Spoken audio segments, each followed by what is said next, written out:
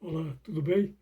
Eu estou usando esse boné que é para diferenciar um pouquinho a minha imagem no vídeo.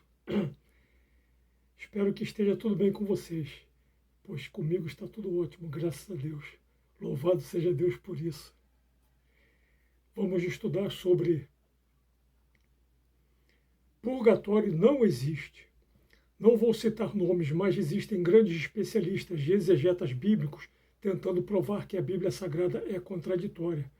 Mas se a Bíblia é a palavra de Deus, então não pode ser contraditória. Contraditórias são as inúmeras interpretações feitas ao longo dos séculos. A teologia católica nos ensina que a doutrina do purgatório sempre existiu, desde os ensinamentos de Jesus, e que o primeiro a fazer uma definição precisa desse ensinamento foi Santo Agostinho, o bispo de Hipona, no início do século V. Mas o maior teólogo da América Latina, o saudoso Dom Estevão Tavares Bittencourt, da Ordem de São Bento, nos revela que Santo Agostinho jamais ensinou tal doutrina. Veja. Dom Estevão nos revela que, a exemplo dos padres gregos antigos, Santo Agostinho, abre aspas, não podia conceber um estado intermediário entre a glória do céu e a condenação do inferno. Fecha aspas. No seu famoso curso de novíssimos ou escatologia da escola Mater Ecclesiae, no final da página 81. E na página 82, Dom Estevão repete as palavras de Santo Agostinho no seu escrito De Peccatorum Meritis, capítulo 1, versículo 28, onde Santo Agostinho diz, abre aspas, por conseguinte, quem não entrar no reino certamente será entregue ao fogo eterno. Fecha aspas. Para quem acha que esses dois testemunhos é pouco, apresento os estudos de um dos mais respeitáveis historiadores do mundo, Jacques Le Goff, onde ele faz uma intensa pesquisa histórica sobre as origens da doutrina do purgatório, no seu livro intitulado O Nascimento do Purgatório, publicado em 2002 pela editorial Stampa, onde na página 93 ele nos revela que um grande amigo de Santo Agostinho, chamado Dardanos, pede ao santo uma descrição bem detalhada do além, uma geografia bem detalhada do além, e Santo Agostinho atende esse pedido dos amigos. Veja, abre aspas, entretanto fizeram certas precisões a pedido de amigos. Na carta a Dardanos, escrita em 417, esboçava uma geografia do além, no qual não havia lugar para o purgatório. Não havia lugar para o purgatório. Fecha aspas. Será que esses três testemunhos bastante idôneos sobre Santo Agostinho não acreditar na existência de um suposto purgatório é pouco? Vamos a um quarto testemunho, de Joaquim Jeremias, um dos mais respeitáveis especialistas do mundo em etimologia bíblica. Até Bento XVI, o Papa teólogo, elogia várias vezes a erudição de Joaquim Jeremias, no seu livro Jesus de Nazaré, publicado em 2007 pela editora Planeta, nas páginas 165, 169, 291, etc. Pois bem, Joaquim Jeremias, ao fazer uma exegese do Evangelho de Lucas, capítulo 16, é enfático ao dizer, abre aspas, o versículo 26 mostra que Jesus não conhece uma doutrina do purgatório, fecha aspas, na página 186 do seu livro As Parábolas de Jesus, publicado em 1986 pela editora Paulus. E Jesus Cristo e os apóstolos e os maiores teólogos dos 5 primeiros séculos realmente não conhecem a doutrina do purgatório, pois ela somente seria inventada no final do século VI. Grandes teólogos dos 5 primeiros séculos definiram a existência de uma purificação total de todas as almas, com muito sofrimento depois da morte, mas é uma purificação que não tem nada a ver com a doutrina do purgatório ensinada pela Igreja Católica. E, embora isso possa chocar a todos, essa purificação seria do próprio inferno.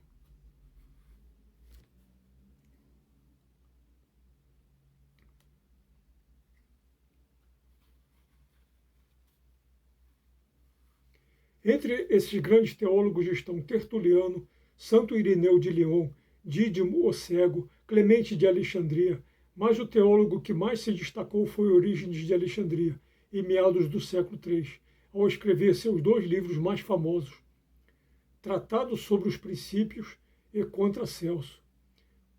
Quase um século depois, São Gregório de Nissa se tornou o principal discípulo de Orígenes, onde em seus principais escritos explicou melhor do que o seu mestre como se daria essa purificação sofrida de todas as almas sem exceção.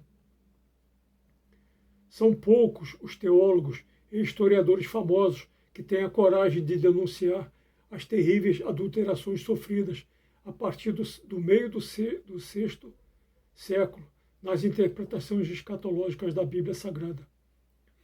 Veja, abre aspas, devemos retornar às reflexões oferecidas entre os séculos III e V pelos padres da Igreja, cujo ponto central é a ideia de apocatástase, a esperança na salvação de todos, defendida pelo teólogo alexandrino Orígenes, que viveu entre 185 e 253, e debatida, dentre outros, por São Gregório de Nissa, 330-395, Santo Ambrósio de Milão, 340-397, e Santo Agostinho, 354-430.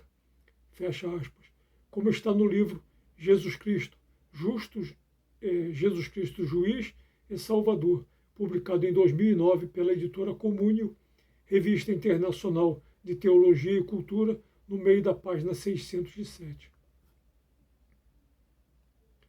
Todos os cristãos dos primeiros séculos acreditavam, abre aspas, que os maus e todo o mal não estejam destinados a durar eternamente, constitui uma esperança que se transmitiu desde Orígenes e seus discípulos, via Santo Ambrósio de Milão e São Gregório de Nissa, até Hans Urs von Balthasar, que viveu de 1905 a 1988.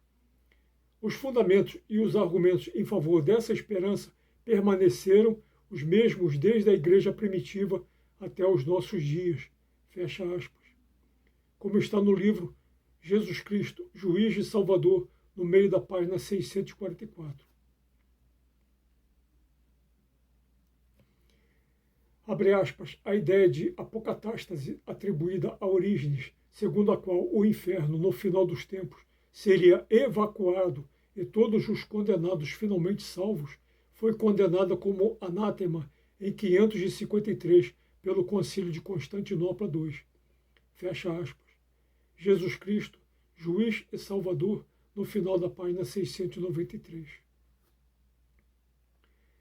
Bento XVI, o Papa Teólogo, no meio da página 214 do seu livro Jesus de Nazaré, confirma tudo isso ao dizer que, abre aspas, a tradição alexandrina, fundada por Orígenes, na qual, porém, se incluem os grandes padres latinos, São Jerônimo e Santo Agostinho. Fecha aspas. Essa informação é confirmada na publicação Os Padres da Igreja, apresentados por Bento XVI, no capítulo 5, publicado em 23 de maio de 2009, onde o Papa Teólogo diz, abre aspas, o bispo Ambrósio de Milão, que aprendera a ler as escrituras das obras de Orígenes, introduzi-la depois no Ocidente para a entregar a Agostinho e a tradição monástica sucessiva. Fecha aspas. Esse maldito concílio de 553 traiu tudo o que os maiores teólogos dos 5 primeiros séculos acreditavam, pois quando Jesus Cristo nos revela sobre o inferno ou hiena de fogo, conforme a tradução ou versão bíblica, em Mateus 5, versículos de 21 a 26, termina dizendo que, abre aspas, em verdade te digo que dali não sairás enquanto não pagares o último centavo. Fecha aspas. Muitos interpretam que Jesus está se referindo a um suposto purgatório, mas purgatório não tem nada a ver com o que Jesus nos revelou no versículo 22, que é o inferno ou geena de fogo, conforme está em todas as versões e traduções bíblicas. Meus amigos. É.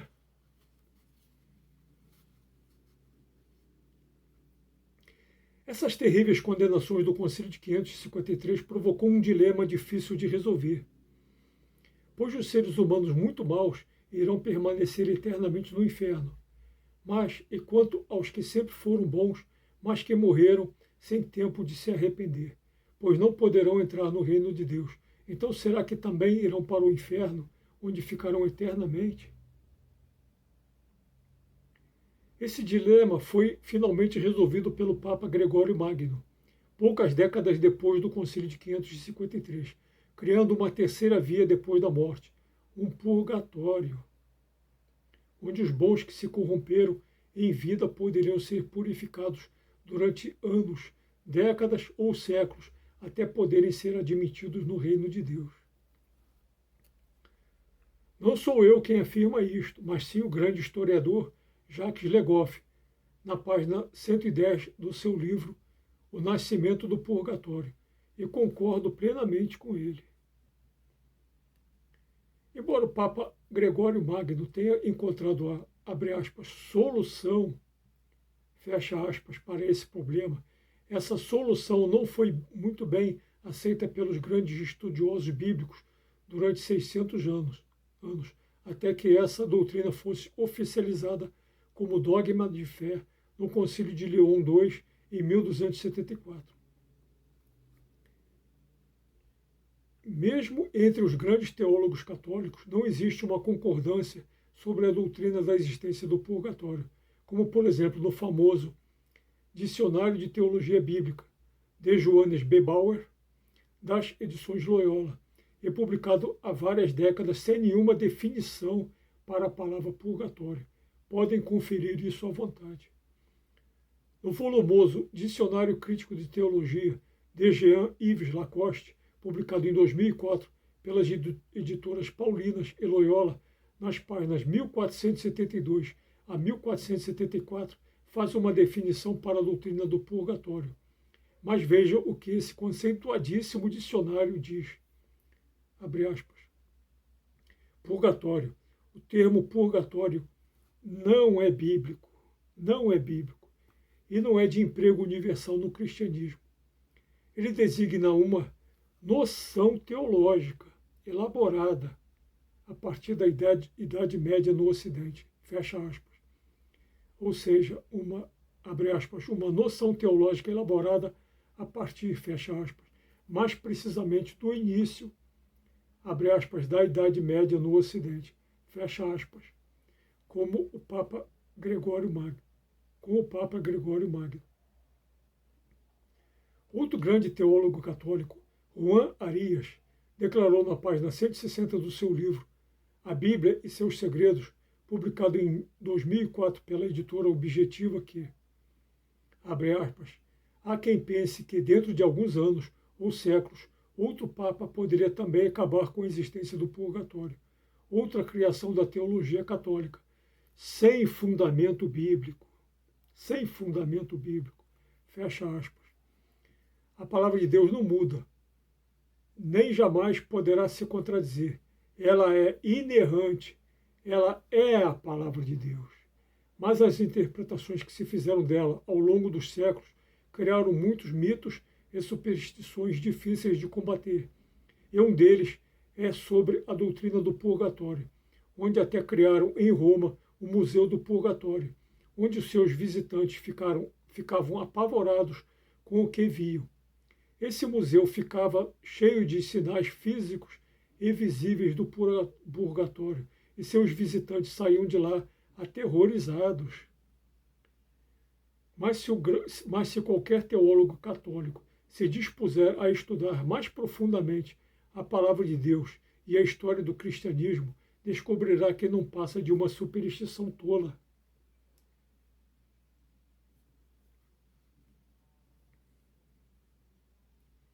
O grande teólogo argentino Ariel Álvares Valdez nos revela na página 90 do seu livro Que Sabemos da Bíblia, volume 2, publicado em 1996 pelas edições São Paulo, que, abre aspas, até há tempos atrás, em Roma, parece que havia um museu onde se mostravam aos visitantes sinais de mãos e marcas de fogo deixadas nas paredes e tapeçarias pelas almas do purgatório, aparecidas para prevenir os fiéis dos sofrimentos daquele lugar.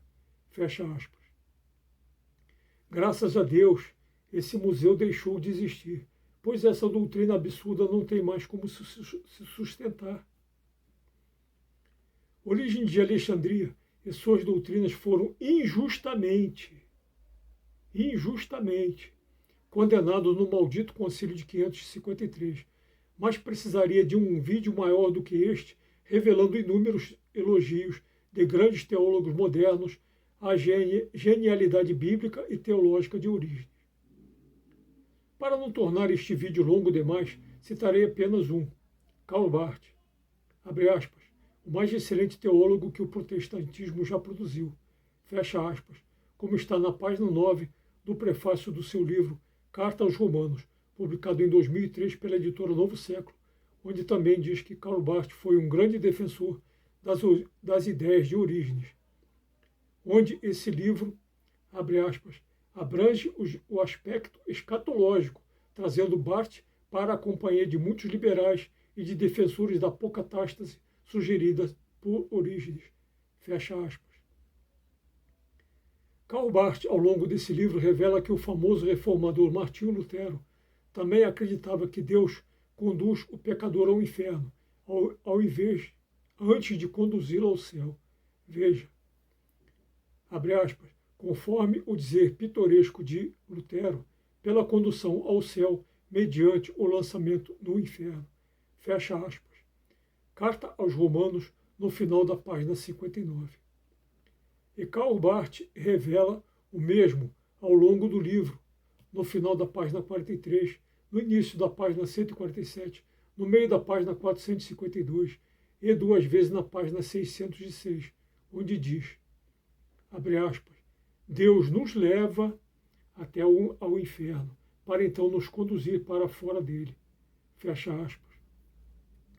Karl Barth não estava sendo metafórico ou usando simbolismos ao revelar isso, mas séculos e séculos de doutrinação errada nos fazem acreditar que tão estupendas revelações sobre o destino da humanidade não passem de heresias, a roubos de imaginação ou de um universalismo burro e desprovido de razão.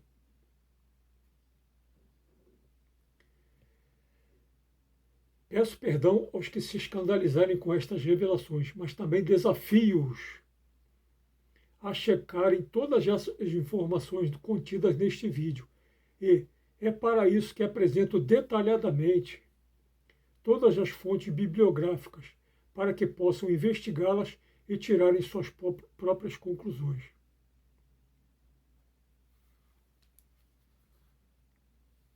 Que Jesus Cristo, nosso Senhor, Deus e Salvador, tenha misericórdia de todos nós. Aleluia. Louvado seja Deus por isso.